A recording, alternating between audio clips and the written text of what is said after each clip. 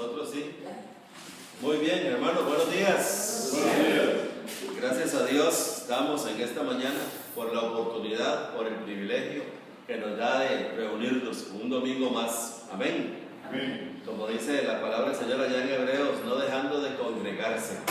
No dejando de congregarse. Entonces, gracias hermanos por estar aquí en esta mañana. Esperamos que el Señor en esta mañana hable a cada uno de nuestros corazones para su gloria. Quiero nada más recordarle a los que nos ven por el video que ustedes son bendecidos, son muy especiales para la gloria del Señor. También quiero recordarles que estamos martes y jueves en vivo a las 8:15 en Facebook. Martes y jueves en vivo a las 8:15. También estamos acá en nuestro lugar de reunión, como estamos hoy, que queda en Costa Rica, en San José Centro. De las oficinas de acueductos y alcantarillados, oficinas muy conocidas en el centro de San José, estamos 100 metros al sur y 225 metros al este. Aquí nos reunimos todos los domingos a las 10 de la mañana. Amén. Gloria al Señor. Ahora, hermanos, tenemos y continuamos con nuestro muy amado hermano especial que tenemos hoy, que nos está visitando, nuestro hermano Abel Peita. Así es que le damos una bienvenida al hermano Abel y también les declaramos a ustedes bendecidos y con la mente de Cristo para la gloria del Señor.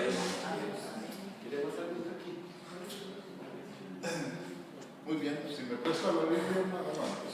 No importa. Esta, era tuya. Sí. Salí a echar el maletín. Gracias. Sí, perdón, esa era suya. Qué pena. Saludos a todos, bendecidos del Señor que nos están escuchando, en donde quiera. Hemos ya escuchado la primera parte. Quiero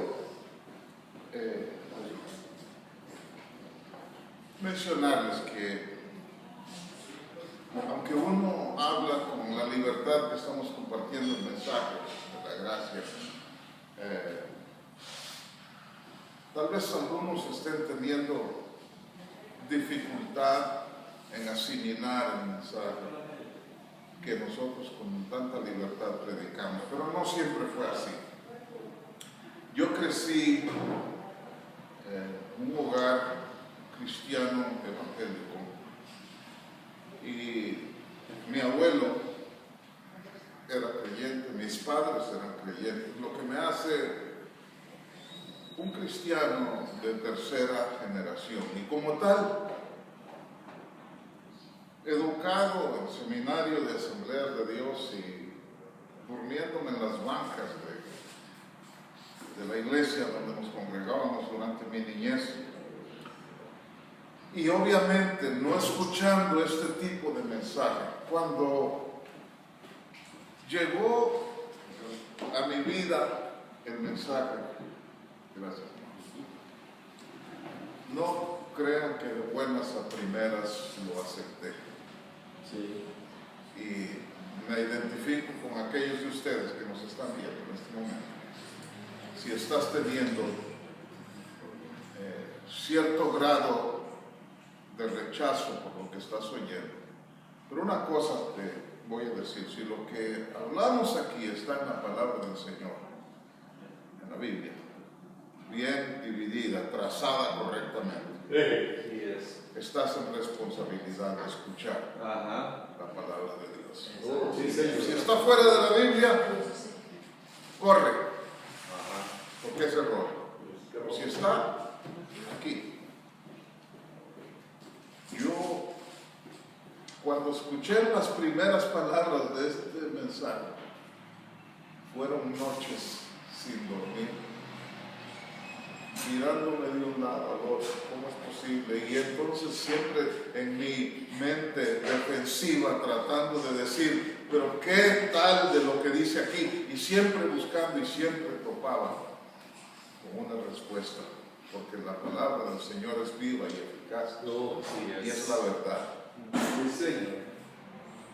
Hasta que poco a poco fui entendiendo, y una de las primeras personas a quien yo llegué a la casa, me recuerdo como si fuera hoy, hablarle con una alegría de estas cosas, fue mi hermano Moisés, que está aquí presente en esta día. Amén.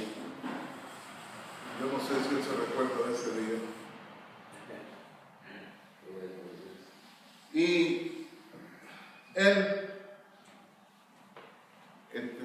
mensaje que yo he ido entendiendo. Mis otros hermanos, especialmente mis hermanos, no. Porque el sistema religioso es impenetrable a veces. A veces. Usted era parte de eso, por eso digo a veces, porque a usted le entró. Sí. Así es. Y ojalá que a ti que estás escuchando, que pueda servirte también. A forma de repaso, cuando Dios escogió salvar, y ese es el proyecto número 1 de Dios, era salvar al hombre, no sanarlo, no. Sanar tu cuerpo tiene beneficios temporales, pero salvar tu espíritu tiene proyecciones eternas. Eso es así. Y la iglesia está patinando hoy día en cuestiones temporales. Pablo dice que los judíos buscan señales. Y hay que ver cómo se llenan las campañas que se hacen ahora cuando hay milagros. Cierto. Porque la gente dice, wow, qué milagro, que ahí de verdad está el poder de Dios. Sí, pero el poder de Dios no es para cuestiones temporales. Sabemos que Dios es todopoderoso. Si tenemos que regresar a cuestiones tan elementales como decir que Dios es poderoso, ¿en qué estamos? Se sobreentiende que Dios es poderoso. A mí me cae mal a veces cuando veo títulos de libros en las librerías o anunciados por internet de personas apologistas defendiendo la existencia de Dios. Dios mío, si tenemos que llegar a eso. Y pierdo total interés en solo ver el título de un libro o de un mensaje que Dios probando la ciencia, que Dios es probando que No necesito, hermanos, que nadie me pruebe que Dios existe. Mi relación con Dios, no, si Dios dejara de existir, si Dios muriera, yo no tengo que leerlo al día siguiente en un periódico. Así es. Mi relación con Dios es que si Dios hipotéticamente dejara de existir, en ese mismo momento yo también debo de existir, porque es por Él que nosotros vivimos. Amén. Entonces, repasando lo que dijimos, ese plan de Dios y el proyecto de la salvación era número 1. Todo lo demás son beneficios adicionales. Pero número 1 es la salvación del hombre. Y 1 Corintios capítulo 1, verso 21 dice que le agradó a Dios salvar a los creyentes por la locura de la predicación. Pero hay dos formas de ver, porque si uno lee eso y no toma en cuenta que ahí no dice salvar al mundo, ahí dice salvar a los creyentes. A ver, y un creyente necesita, no se supone que un creyente es algo. No tan a la ligera, no tan raro. Así es. No. En primer lugar, tiene dos significados. Salvar a los creyentes, número 1, porque si te escogió en Él antes de la fundación del mundo, ya estás en ese grupo. Sí. Pero falta algo. Falta el segundo paso, que es que el precio sea pagado en la cruz. Exacto. Porque si Cristo no resucitó, dice Pablo en 1 Corintios 15, aún estamos en nuestros pecados. Cierto. Vana es nuestra predicación. Somos testigos falsos. ¿Sí? Y lo tercero, para completar lo que dice 1 Corintios capítulo 1, verso 21, que le agradó a Dios salvar a los creyentes por la locura de la predicación, es precisamente la predicación del Evangelio. Cerca de ti está la palabra, Romanos 10:8, en tu boca y en tu corazón, y esta es la palabra de fe que predicamos, que si confesares con tu boca que Jesús es el Señor y que Dios le levantó de los muertos, resurrección, será salvo. Entonces, los creyentes son, salvar a los creyentes, ¿por qué? Porque fueron escogidos antes de la fundación, ya están en el grupo de creyentes. Y segundo, hay creyentes que no lo han confesado con su boca. Es posible. Y es posible que como creyentes que fueron escogidos no hayan puesto su esperanza total en la resurrección de Jesús. Entonces están merodeando allá en el antiguo pacto. Y hermanos, sin ser muy dramático, y quisiera compartirles que cuando Romanos 10:9 sucede, vamos a buscar Romanos 10:9.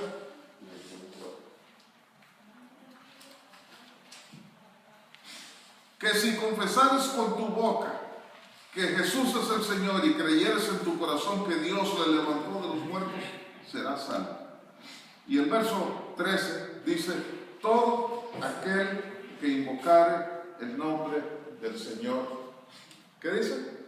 Será salvo. Será salvo. Sí. Ahora, algo sucede cuando una persona invoca el nombre del Señor resucitado, que Dios lo levantó de los muertos. Uno no sintió nada porque no estábamos ahí cuando nos escogió antes de la fundación del mundo. Tampoco sentimos nada cuando murió en la cruz porque no estábamos ahí presentes. Pero ahora, cuando se nos predicó el mensaje y lo escuchamos y supimos que además de ser escogidos, que murió en la cruz y que el método de participar de ese proyecto de redención del Señor es, como dice Pablo ahí, confesándole con nuestra boca que Él es el Señor y que Dios le resucitó de los muertos, algo pasa en la persona. Sí, sí, Señor. Las cosas no se quedan como antes. Yo sé que la carne tiene que ser transformada, pero es que hay como un entremedio de algo que sí sucede, hermano. Algo, es que el conocimiento de la palabra trae luz, trae entendimiento, trae conocimiento, trae responsabilidades. Así es. Yo quisiera compartirles algo personal, que no me avergüenzo de ello. Que iba a decir el hermano que no. Lucas 15:7, hermanos, cuando Jesús está hablando de la oveja perdida que fue encontrada, ¿sabe cómo lo dice el Señor en sus palabras, aunque fue en aquel pacto y todo? Pero ¿sabe cómo dice que fue? ¿Qué sucede? Dice, hay gozo en los cielos. Qué bonito eso, ¿verdad?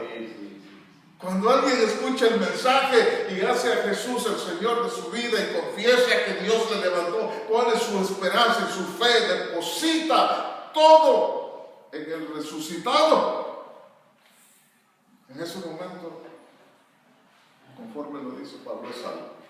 Es la tercera etapa que se cumple. Y entonces, como lo describió el Señor en Lucas 15:7, hay gozo en los cielos. Algo pasa. Las cosas no se quedan así. No, pues no pasó, no, hay fiesta, hay cambios, hay salvación de la condenación, hay vida eterna. Como testimonio, hermanos, yo soy de un pueblito que se llama Potrero Grande. No es muy grande, pero ese es el nombre. Y eso es en la zona sur, lejísimo, 5 horas de aquí.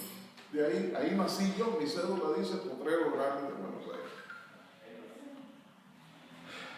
Y la familia nuestra fue la primera familia que aceptó este mensaje del camino de la salvación por medio de unos misioneros americanos que fueron predicando. Eso fue, no sé, como en el año 50, yo no había nacido. Mi abuelo era un borracho. A ver, va a empezar a hablar cosas malas de su familia. es que es el testimonio lo que vale. No se ría usted pensando, uy, qué familita, ¿verdad? ¿Y la suya? Sí, así. Sí, señor. Pero para resaltar no cosas malas de mi familia, sino resaltar la misericordia que tuvo Dios con nosotros. Así es. Mi abuelo en su borrachera un día lluvioso estaba en casa de mi papá y mi mamá, y por enfrente de la calle iba pasando un hombre que casi no se le entendía el español. Se llamaba el misionero Luis Spencer. No hace mucho, él vivía en una ciudad que se llama Wichita Falls, cerca de Dallas, como media hora. Y un día hablé con un hijo de él que también, como eran misioneros aquí, se criaba con nosotros y andaba jugando bolas y todo lo que nosotros jugamos. David Spencer, un gran hombre de Dios, murió el año antepasado. Y un día, de tantos antes de morir, yo le pregunté cuando fue a visitar donde yo pastoreaba, ¿dónde era que vivían ustedes? Y me dio la dirección. Después de eso fui a ver dónde se encontraba la casa. No es idolatría ni nada de eso, pero yo llegué donde ellos vivían, ya no había nada, lo que había era un lote vacío ahí. Me paré enfrente ahí y le di gracias a Dios porque de ese lugar hasta Potrero Grande fue un hombre a mostrarnos el camino de la salvación. Amén. La predicación. Con todo y que era ley y todo lo demás, pero fue como nosotros conocimos, porque eso fue un paso para llevarnos a lo que hoy conozco. Sí, señor. Sí. Claro. Todo tiene un propósito. Y ese hombre iba pasando por enfrente de la casa y mi abuelo que estaba borracho lo invitó a entrar y él entró y se sentó y pidió un vaso de agua y secándose el sudor. Mi abuelo, balbuceando palabras de borracho, le dijo, ¿qué anda haciendo por aquí? Y él le dijo, ando sembrando una semilla. Y mi abuelo pensó, debe ser semilla de arroz, semilla de maíz, ¿semilla de qué? Le dijo. ¿Cómo era una zona rural, verdad? Dijo, es una semilla que cuando se siembra, produce y produce y produce y produce, nunca deja de producir. Y mi abuelo ya medio incómodo le dijo, para ver esa semilla, véndame esa semilla. Y el misionero Spencer sacó una Biblia y se lo dio. Ese es el... Por eso estoy aquí yo hoy con ustedes. Así es. Y digo que algo sucede, hermanos, porque también en mi familia había un programa por ahí, yo no sé si ya está, que se llamaba Hasta las Mejores Familias. ¿Se recuerdan? No, usted está muy joven para eso, yo creo. Y contaban historias trágicas que pasaban en la familia, que un primo se fue con la prima y que el otro se fue con no sé quién, y todo eso, y hasta en las mejores familias. Bueno, hasta en las mejores familias de nosotros. Pasó que mi papá tuvo una relación ilícita con una miembro de nuestra familia, no era cercana, era lejana, no vaya a creer usted que era.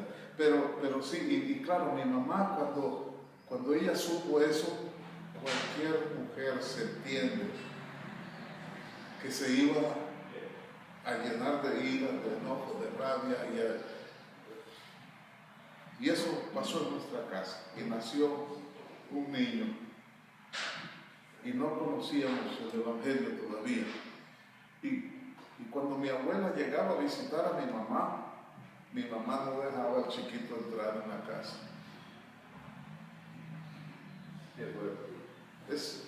Yo sé que suena feo y todo, pero es cómo va a actuar una mujer en una situación como esa.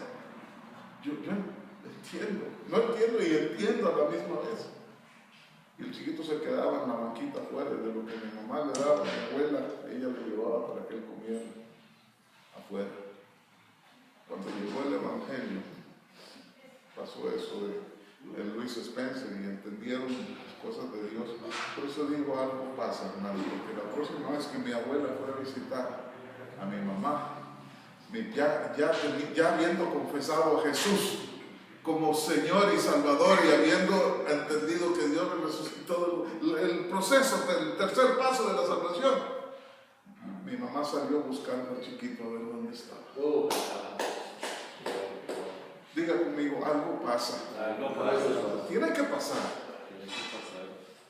Y lo levantó y lo abrazó y lo besó y lo metió en la casa y lo sentó. Algo pasa. Así es. No puede ser que Dios entre en la vida de una persona y las cosas se queden igual. No puede ser. Algo tiene que cambiar. Sí. Y si no cambia, no se me olvidó lo que iba a decir. Estoy esperando ver la reacción de ustedes. ¿Qué es lo que voy a decir? Y si no cambia, hermano, la persona, el creyente, el individuo, entra en una categoría similar a la que estaban los corintios, que Pablo les dijo que eran hermanos, pero les dijo carnales. Son hermanos. Para que nos pique un poquito más cerca la bola, somos hermanos. Diga, somos hermanos. Somos hermanos, sí. Carnales. Carnales. Hay una historia que de sobra la sabemos, que aquel individuo, 1 Corintios 5, que estaba viviendo con la mujer de su padre, la madrastra. Sí. Y era un hermano. Hermano, ¿por qué? Porque es que las dos etapas de la salvación se habían cumplido, lo conoció desde antes de la fundación del mundo, pagó por él en la cruz y ya había confesado a su Salvador, pero estaba en aquella desobediencia.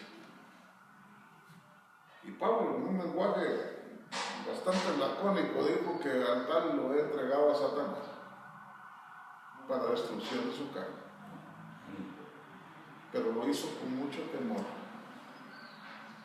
Y decir después, para que su espíritu sea salvo en el día del Señor. Así es. Así es. Y aquellos que van a ser probados por fuego, los que sembraron con madera, heno y hojarasca, y se quemó todo lo que habían hecho y no tenían nada de sustancia, eran hermanos carnales. Sí, sí. Y llegó la prueba del fuego, que será probado. Y donde le pasaron lanzallamas, los que habían servido con honra, los que habían luchado en contra de los deseos de la carne, los que habían edificado con materiales como piedras preciosas, oro y plata. El fuego le sacó brillo, brillaron, qué bonito, ¿verdad? Y los que andaban en la carne, dice, una hojarasca fue lo que quedó.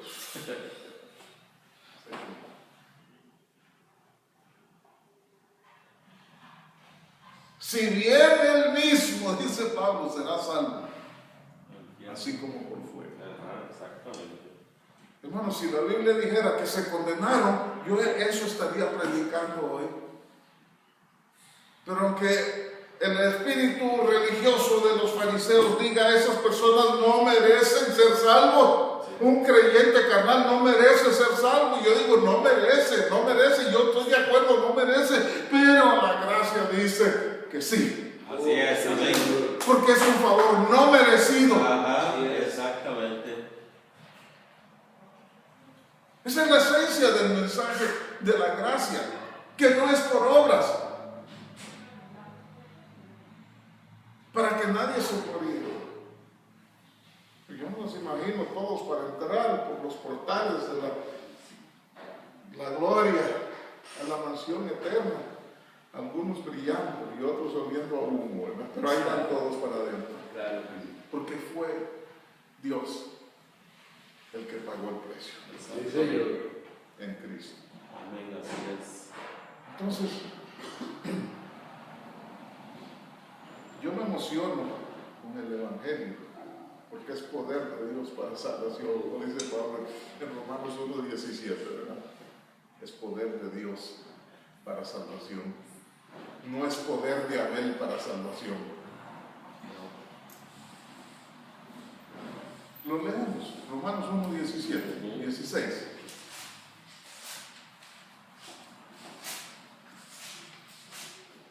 ¿Quiere acompañarme leyéndolo? Si yo estoy en la Reina Valera, un hermano me dijo, Abel, no me venga con versión, yo me convertí con la Reina Valera, no me venga con otras versiones.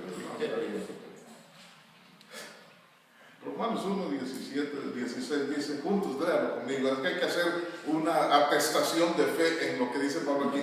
Juntos dice, porque no me avergüenzo del Evangelio, porque es poder de Dios para salvación. 17. Porque en el Evangelio la justicia de Dios se revela por fe y para fe, como está escrito, más el justo por la fe vivirá. Yo, si el Evangelio fuera poder de Abel para salvación, me avergüenzo. Sí. Qué bien es poder de Dios. ¿Por qué no me avergüenzo? Porque es poder de Dios. Porque es poder de Dios para salvación. Amén. Porque yo no tengo poder para salvación. No, tengo poder para algunas cosas, pero no tengo poder para salvación. El hombre no tiene. Y el que anda pavoneándose con su buen comportamiento, con sus buenas obras, con su forma de ser, creyendo que el poder de él le mantiene salvo, Está equivocado. malas noticias. Cierto. O buenas noticias, porque nunca vas a llenar la cuota de perfección que se necesita para salvación, nunca. Cierto, sí. Pero como el Evangelio es poder de Dios para salvación, ahí me siento seguro. Amén. Sí, sí. Cuando me va mal, me siento seguro. Cuando me va bien, me siento mejor, más seguro. Y cuando me va entre medio, me siento seguro. Sí. Siempre me siento seguro porque es poder de Dios. Amén, así es. Ya que estoy ahí en el verso 17, dice, el justo por la fe vivirá. Me gusta lo que dice la traducción al lenguaje actual. Dice, el justo por la fe vivirá eternamente. Eternamente. ¿Por qué? Porque ese verso, el sistema religioso lo interpreta a medias. Dice, el justo por la fe vivirá, y lo aplican a la vida terrenal. Por fe voy a ir a aplicar por ese trabajo. Y si se lo dan, dice, sí, yo todavía queda. Y si no se lo dan, entonces no está viviendo por fe. Falló la fe. Falló.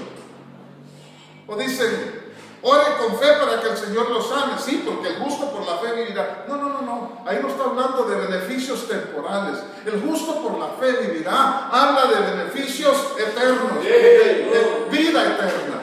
El justo por la fe vivirá. Así es. No por obras, por fe Amén. vivirá. ¿Cuántos ven la diferencia? Claro. Sí, Señor. La gente que dice, de nuevo citando a mi mamá, ella me decía, vamos a orar por la sanidad, ¿no? porque Dios tiene poder. Decía, mamá, Dios tiene poder, eso no está en cuestión, pero a veces Dios, eso como soberano, uno no sabe.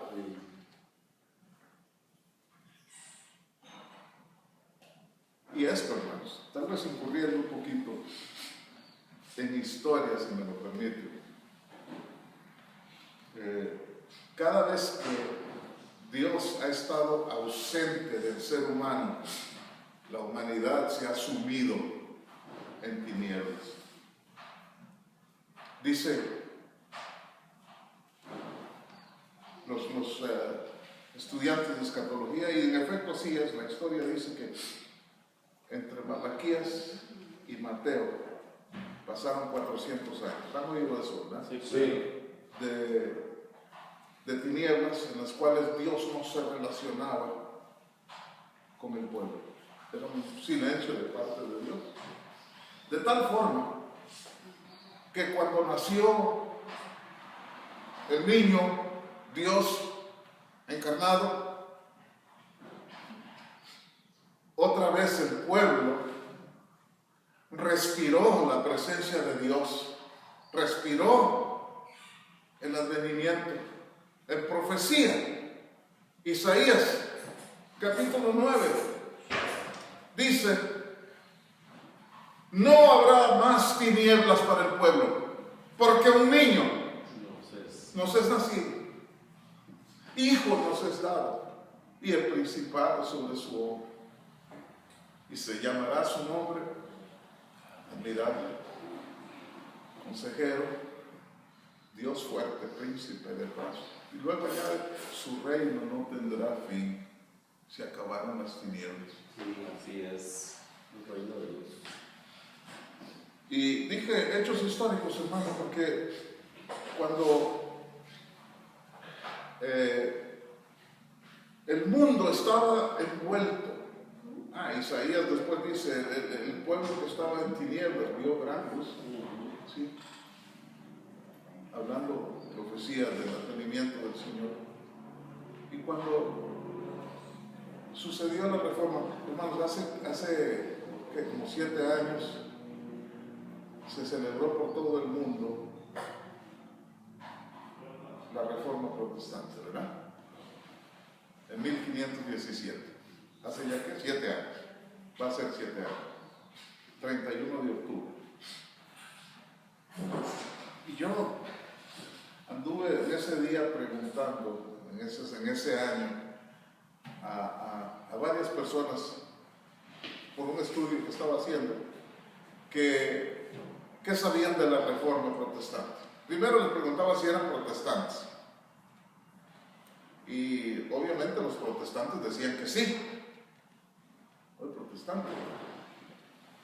Los católicos decían que no, porque ser protestante o no ser protestante es analizado en términos históricos y no bíblicos. Y yo me recuerdo, yo andaba de majadero en esos días tomando notas y preguntando: ¿usted sabe qué pasó en la reforma?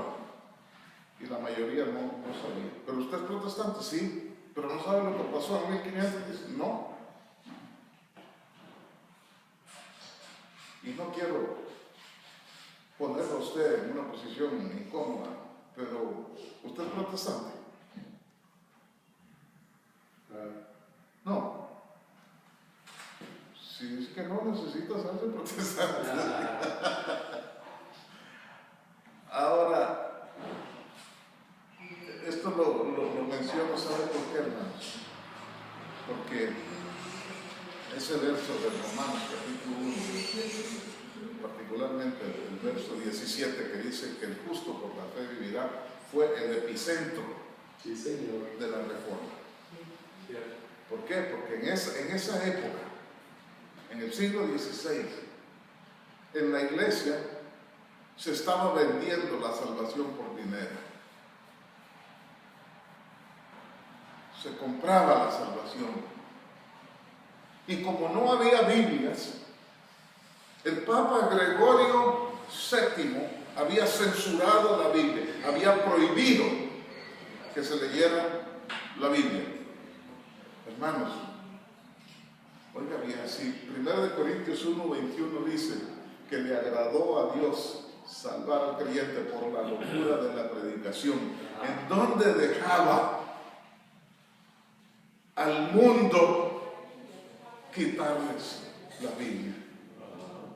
Estaba en tinieblas el mundo entero. No por nada se le ha llamado la época del oscurantismo. ¿Han oído esa frase? Sí. Por 1000 años, desde los padres de la era patrística, que eran los padres de la iglesia, cuando Constantino oficializó la religión, ya los puestos se vendían, los cardenales, los obispados, hasta la fecha. Si usted quiere ser un cardenal católico, ve a ver si no van recogiendo plata desde ahora, porque si no. Tiene que tener cierta cantidad de dinero para ser un cardenal y tiene que decir, un día andaba por Barcelona con un amigo que andábamos en unas cuestiones ahí de negocios y pasamos por una catedral que se llama la Catedral de la Sagrada Familia, no sé si la han visto, y tiene unos picos así para arriba, ¿verdad? Y don Alberto era el señor español, me dijo, ¿sabe que yo podía ser papa? Y dije yo, ¿cómo? Me dice, yo fui bautizado en esa iglesia y para ser papa uno tiene que ser bautizado en una de las catedrales principales. Ah, bueno, no.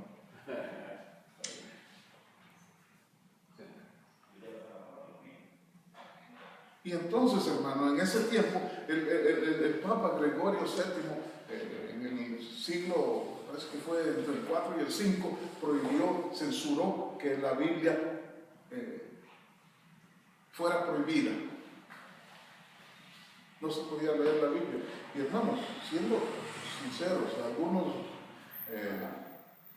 de la edad mía que están aquí, o tal vez menores, no creo que haya alguien más viejo que yo aquí, se recuerdan que hasta no hace mucho era prohibido leer la Biblia. Sí, sí. ¿Alguien se recuerda de eso? Sí, exacto. Era prohibido.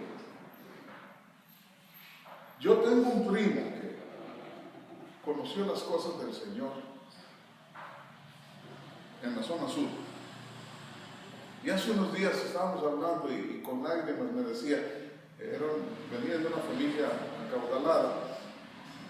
Y después de que cesaban las actividades en la hacienda de ellos, se iba para el pueblo a jugar billar y a tomar y a las cosas que hacían los muchachos por ahí.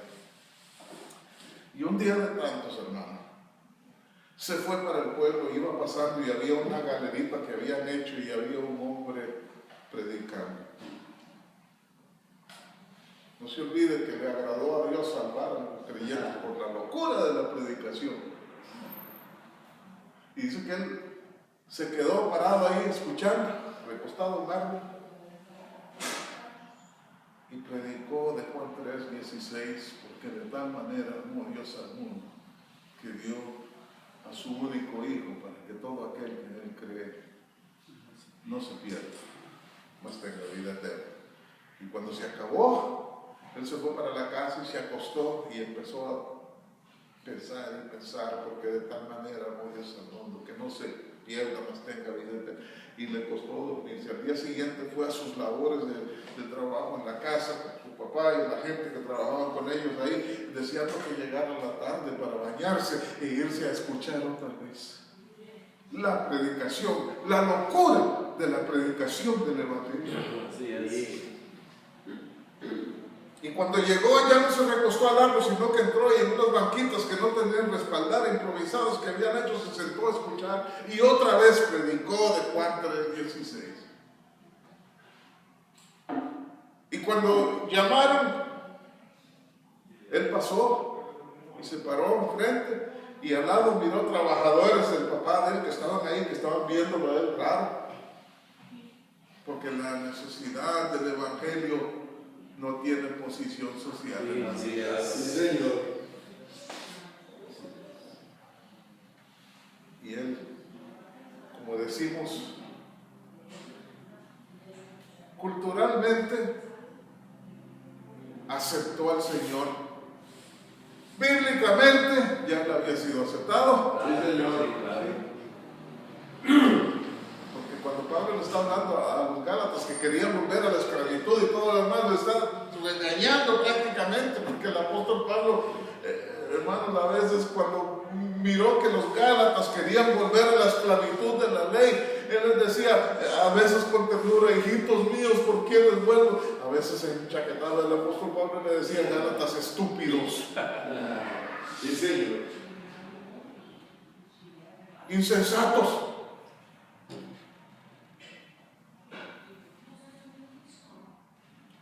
¿Sí? Y entonces les dice, mas ahora, conociendo a Dios, ¿cómo es que se vuelve? Pero dio un frenazo ahí, se paró, ¿verdad? Conociendo a Dios, ¿cómo? Dice la Biblia, más bien siendo conocidos por Dios. Así es. Esa frase más bien, cuando uno está hablando, es una autocorrección, ¿verdad? Dale. No, voy a salir a las 9 de aquí. más bien a las 10. Estaba equivocado lo que primero dije, ¿verdad? Lo segundo es más bien a las 10. Mas ahora, conociendo a Dios, más bien siendo conocidos por Dios. Así es, Señor. Claro que sí. Y entonces ese día, vamos a usar el lenguaje antiguo, tú sabes que fue conocido, pero dice que él pasó y aceptó al Señor, aunque realmente, qué majadero yo, pero es que no me canso de recalcarlo. Fuimos aceptos en el amado. Así es, Señor. Así es. Así es. Pero ese día él pasó y el predicador aquel le regaló un Nuevo Testamento y se lo llevó para la casa. Y con una candela en la noche, leyendo y leyendo. Y al día siguiente otra vez fue y seguía leyendo. Y el papá se dio cuenta y entró en el cuarto de él y le trató de arrebatar el Nuevo Testamento aquel, y un forcejeo ahí, por fin, no se lo pudo quitar, porque ellos eran católicos. Y la iglesia decía que era prohibido leer la Biblia. Y en el forcejeo se quedó, y entonces le dijo el papá: mañana recoge las cosas de este cuarto y se me va de esta casa.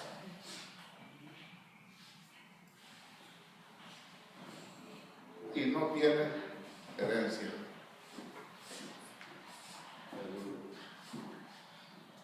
No tiene herencia. En la mañana recogió las cosas, las metió en un maletín. Y cuando iba saliendo de la casa, la mamá, que siempre es la mamá, ¿verdad?, llorando, y las hermanas, la mamá le dijo, le dio 50 colones. No se ría, que 50 colones en ese tiempo era un montón de plata. Sí. Y se fue a buscar al predicador llorando.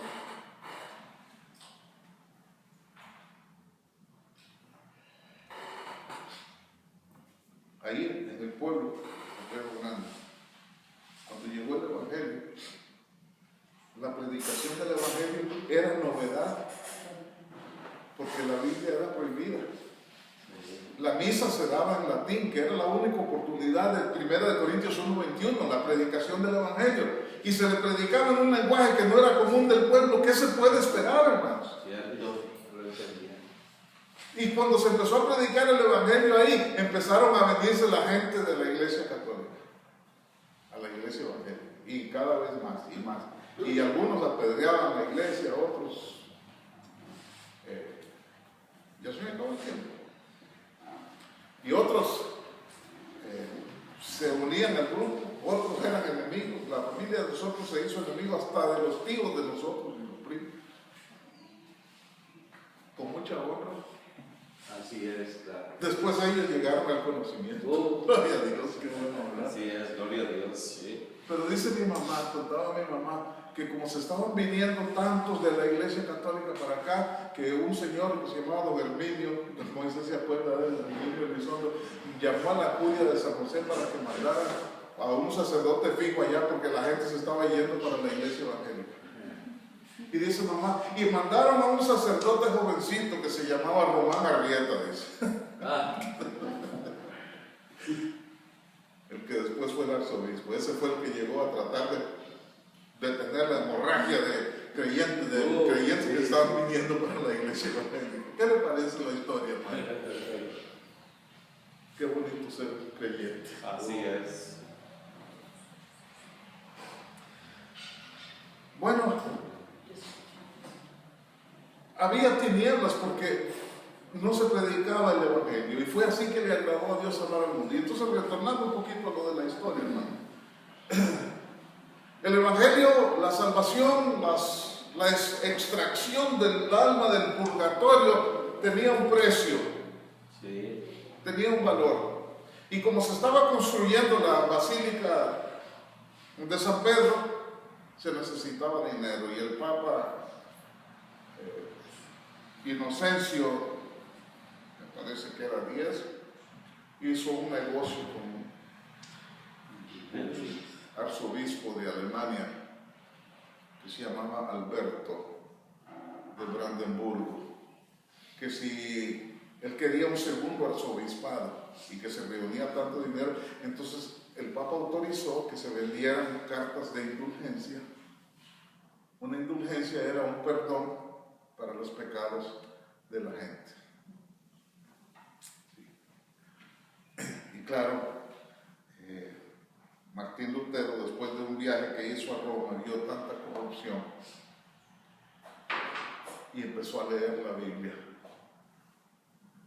Y empezó a leer ese epicentro de 1 Romanos 1:17, el justo por la fe, no por comprarse, no por una carta de indulgencia, no por obras, no por penitencias, no por hacerse miembro o miembro más bien de las carmelitas de pie descalzo, ni por votos de pobreza, no, por fe, por fe. Y él escribió esa tesis, y yo la tesis le compartí a Gustavo hace unos días atrás, que ahora que se celebra lo de la reforma y todo lo demás, somos protestantes porque se protestó, pero ¿qué fue lo que protestó Lutero? ¿Qué fue lo que protestó?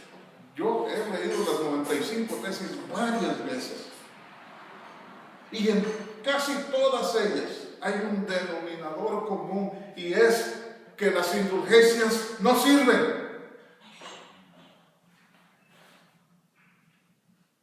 Y la rivalidad que existe hoy día entre la iglesia protestante y la iglesia católica ni siquiera se fundamenta, la de hoy día, en eso de las ventas de indulgencias.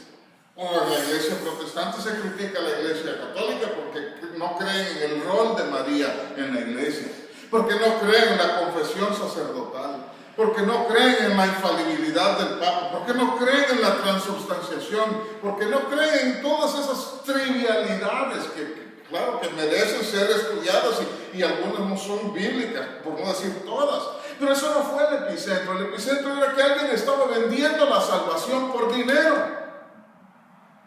¿Por qué lo menciono? Porque infelizmente en este tiempo nosotros protestantes, después de la Reforma, hemos caído en lo mismo.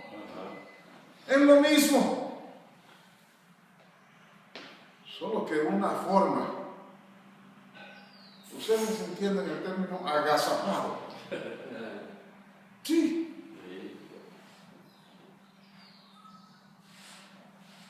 Roma nunca ha dicho que la salvación no es por fe. Ellos dicen, sí, es por fe, pero hay que hacer algo más. Y eso mismo lo dice la iglesia protestante de hoy día. Y por eso iglesias como esta existen, grupos como este, que digan, no, es por fe y solamente por fe. Así es.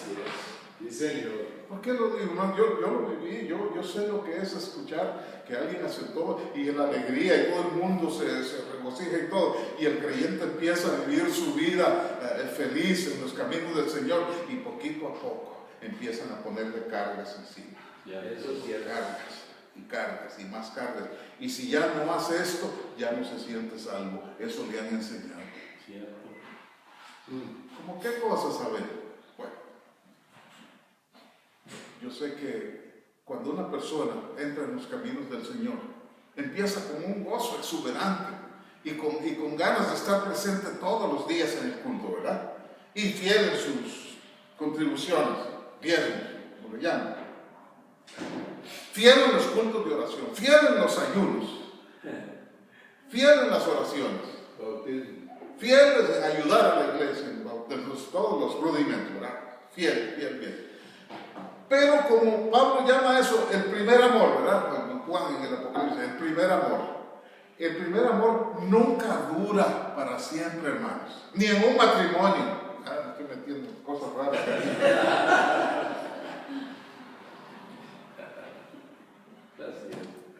Los cariñitos y todas las cosas agradables, aquellas de besitos, de piquitos y de cosas y de flores y de...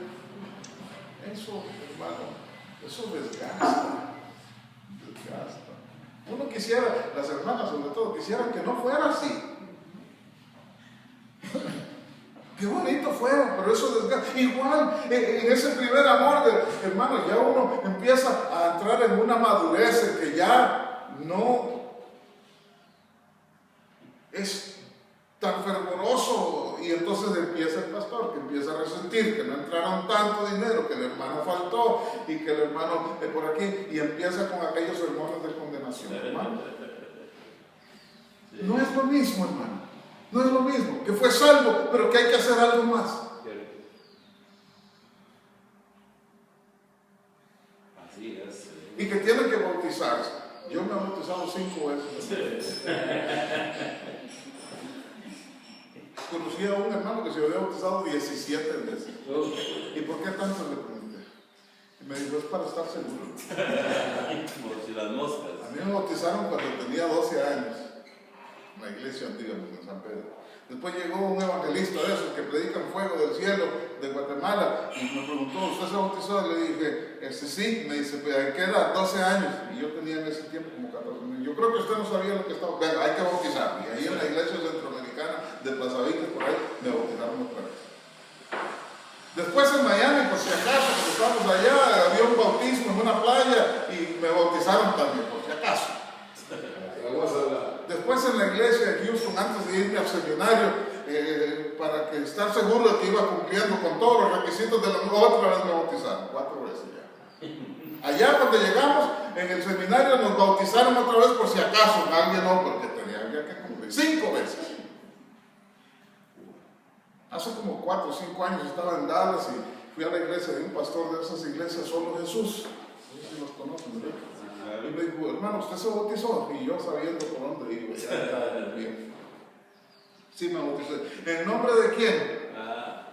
Dije, en nombre de las 3 personas, le dije, por si acaso me vendían con más raro, ¿verdad? Dice, no, es que ese bautismo no sirve. Y hay que bautizarlo en el nombre de... Yo quería salir corriendo y estrellarme de cabeza en una pared porque, ay, Dios mío, ¿hasta dónde llega? Y que no descuento, quería jalarme y llevarme a un bautisterio que tenían atrás.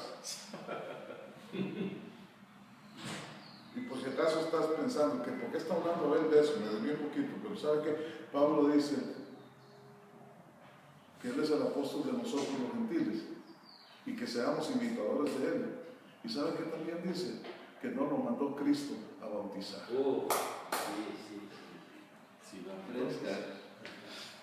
Si alguien quiere bautizar, eso ni suma, dejen perder el tiempo con rudimentos que lo mantienen en una niñez espiritual.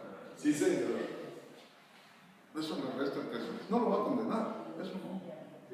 Pero lo mantiene en una niñez espiritual eterna. Eso no produce frutos.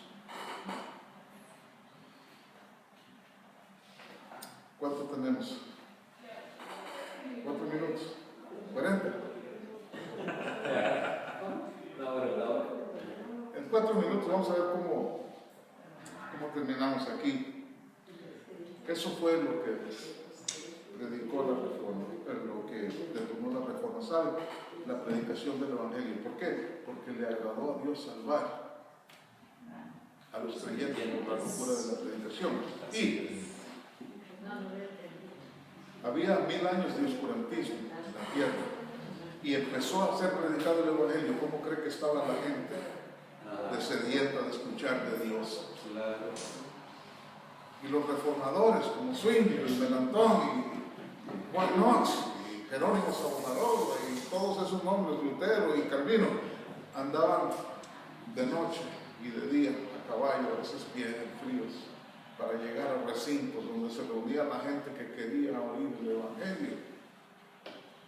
A veces temprano en la mañana y predicaban 4, 5 y 6 veces, porque era aceptado, porque había hambre del Evangelio. Y nosotros, hermano, un hermano me decía no hace mucho, es que ahora no hay hambre del Evangelio. Hermano, nosotros tenemos que crear el hambre por el Evangelio. Eso es como cuando alguien le dice a usted allá como a las 11:30, a ver, usted tiene hambre, y no tenía, y cuando me dijo eso me dio hambre. O cuando uno no tiene hambre y pasa por algún lugar donde le llega un olor a bistec o algo rico, ¿verdad? Y no le da hambre a uno, ¿verdad? Si no le da hambre, le dan ganas de comer. Y nosotros tenemos, el que dice, no, yo estoy bien, yo veo desde la casa, yo partido, yo tengo vida social, no me hace falta. Es que en la iglesia, hermano, en ese tiempo de la reforma, ¿sabe? No había ni púlpito. A lo que había era una mesa que ponían enfrente allí y se celebraban unos ritos emulando el antiguo pacto, unas copas que se levantaban y una hostia y todo lo demás, y puro lenguaje latín, y cuando algo predicaban eran supersticiones religiosas del tiempo antiguo, pero no había predicación. predicación del Evangelio. Y fue así, predicando el Evangelio, que le agradó a Dios salvar a los creyentes. Y Amén. nosotros Así es. tenemos esa responsabilidad. Marcos y Chico, yo los felicito porque contra viento y marea han hecho algo de mucha honra, y es mantener la predicación del Evangelio verdadero de la gracia. Gloria a Dios. Felicito. Amén. Gloria al Señor.